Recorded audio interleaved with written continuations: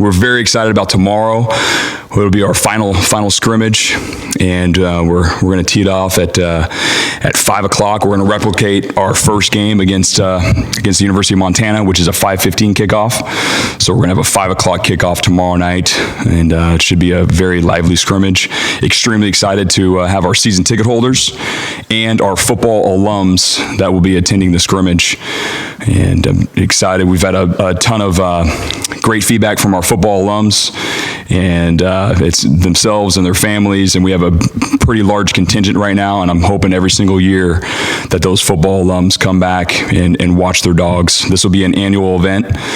There's 2 of them right now for our football alums. It'll be the 3rd scrimmage in training camp, and then of course we always have the Gridiron Social the night before our spring football game and a spring football game, and so hopefully those guys can get together and make those 2 events a staple that they come to and come back and reconnect with their old teammates and meet the new dogs. So we're excited about tomorrow night.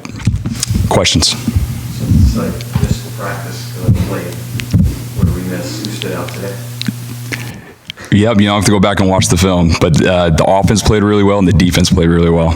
A lot of plays on both sides were made, and the special teams was fantastic. You've been asked versions of this, but while you guys were practicing, there was an alliance announced between the Pac-12, Big Ten, ACC, which potentially will have some kind of a scheduling component. Just how do you feel about the potential scheduling alliance with those other conferences? Yeah, this is a really exciting time for all 3 of our conferences. Down in Los Angeles, we all had a chance, all the head coaches in the Pac-12, and we all had a chance to meet with GK, our new commissioner.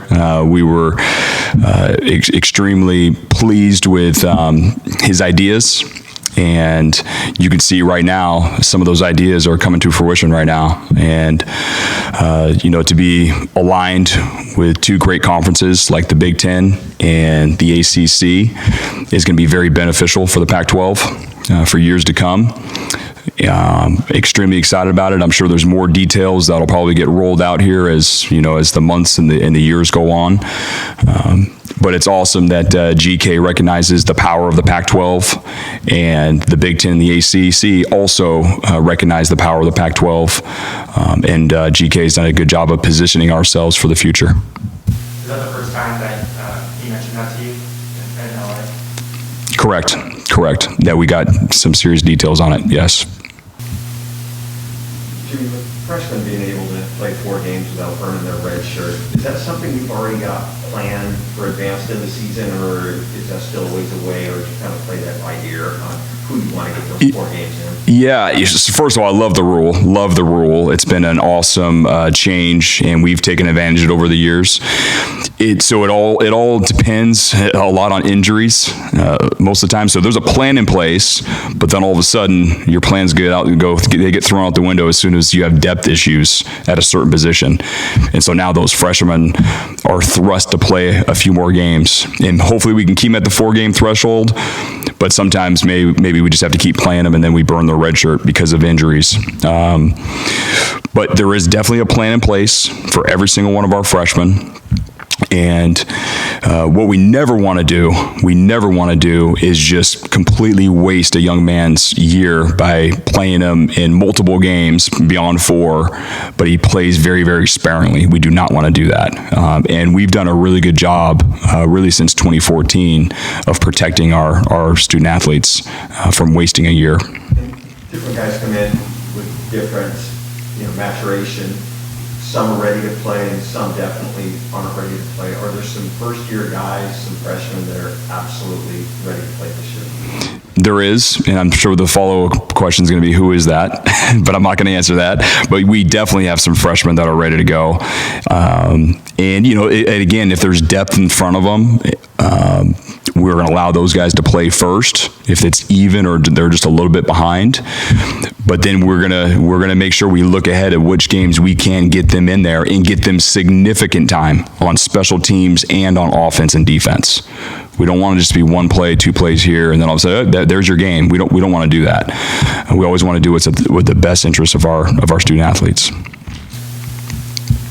You guys had Eddie mic'd up yesterday. I'm curious, just what makes Eddie the kind of representative that you want for your program, and someone like seems like symbolizes what you want the program to stand for? Yeah, there's no question. He is a prime example of what we call a dog. One of the anchors of our program is we're bricklayers. We are proud to be blue-collar, tough, hard-working bricklayers. Eddie is the first one in the building. He takes pride in letting me know when he gets to the garage and his vehicle is here before mine. He's the first one here. He watches more tape than anybody on defense. He has worked, he has earned everything, and it's all been through hard work. Everything that he's earned. His playing time on special teams early on when he first arrived here, his playing time on defense, and he's earned that scholarship, and it was all through hard work. And our team saw that, all the hard work he was putting in, and now he's been rewarded with a scholarship, playing time, and he's also one of our leaders on our team, one of our captains of our team. So there's no question that Eddie Ulafashio represents what we believe a dog is. What do you think is a fair expectation for Washington football on an annual basis? I don't necessarily mean this season, but just given what you guys have here, the resources, the history, all that stuff, what do you think is fair for people to expect from your program on an annual basis? We should be contending for the Pac-12 championship every single year.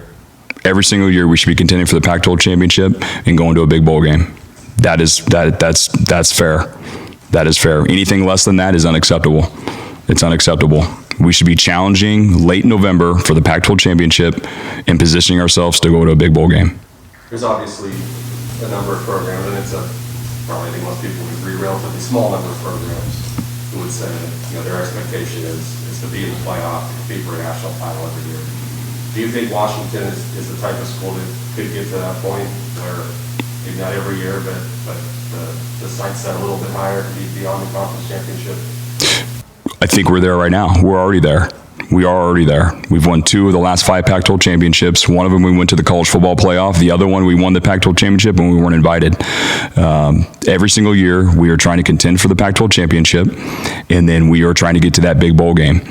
See, unfortunately, in the way it's set up right now, we have no control over who gets in that Final Four. We just got to go try to win our games, win the Pac-12 championship, and then see if the subjectivity of the voters sways in our favor.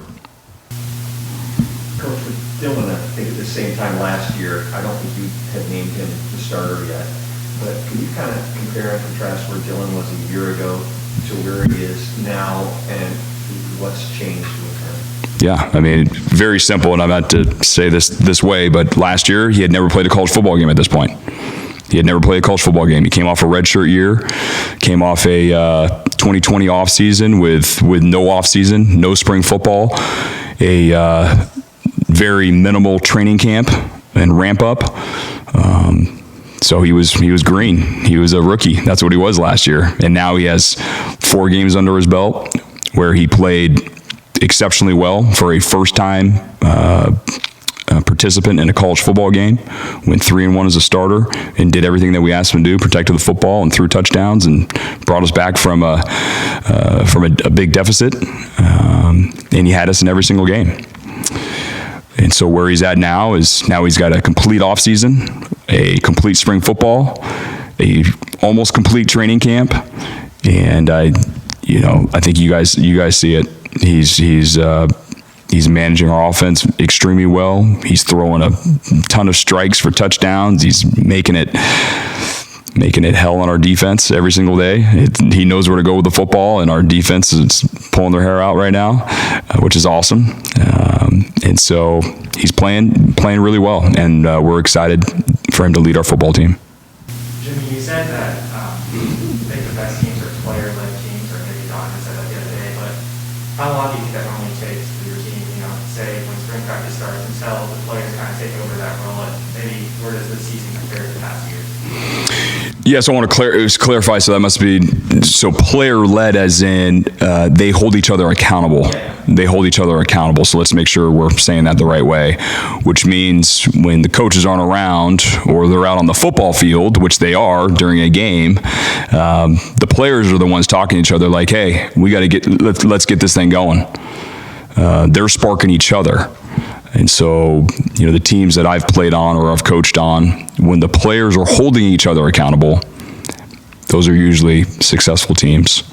And so that comes with time, that comes with chemistry. We have grown closer together through this pandemic, and one of our anchors of our team has always been uncommon unity. And we've had a fun training camp. I'll just put it that way. It's been a fun training camp. There's chemistry there, and we're excited to roll out September 4th and give Husky Nation what they want. What do you mean by uncommon? Most programs, most places, especially that I've been on, and most coaches that come here, and maybe players that transfer here, teams aren't as unified as we are. And we work at it every single day. We don't just talk about it. We live it every day. So it's uncommon. Most teams are not unified. How have you seen NJ Tafisi kind of get back where he obviously had a serious injury, and talking to him the other day, he wasn't sure if he was going to get back. And then he does, he's at the point now. Just how have you seen that kind of gradual return? Yeah, it's I'm so proud of him. I'm so proud of him, for one. I mean, we were all there for that. I still remember the play down at University of Arizona. And some things maybe just come in blessings where, we had this kind of off year last year, and we were able to just kind of get him back to full strength. And he only had to play in a minimal amount of games. And then he had another this off season to get stronger and really recover from that injury, and then build confidence through spring football that he can go hit somebody and not be hurt. And then now here we go into a training camp where he's played extremely well. He is right there, and he's going to be playing a lot. What he's put on tape, he's going to be playing a lot. He's going to be rotated in there with the starters. So proud of Junior, and I'm excited. He's got his best football here to come.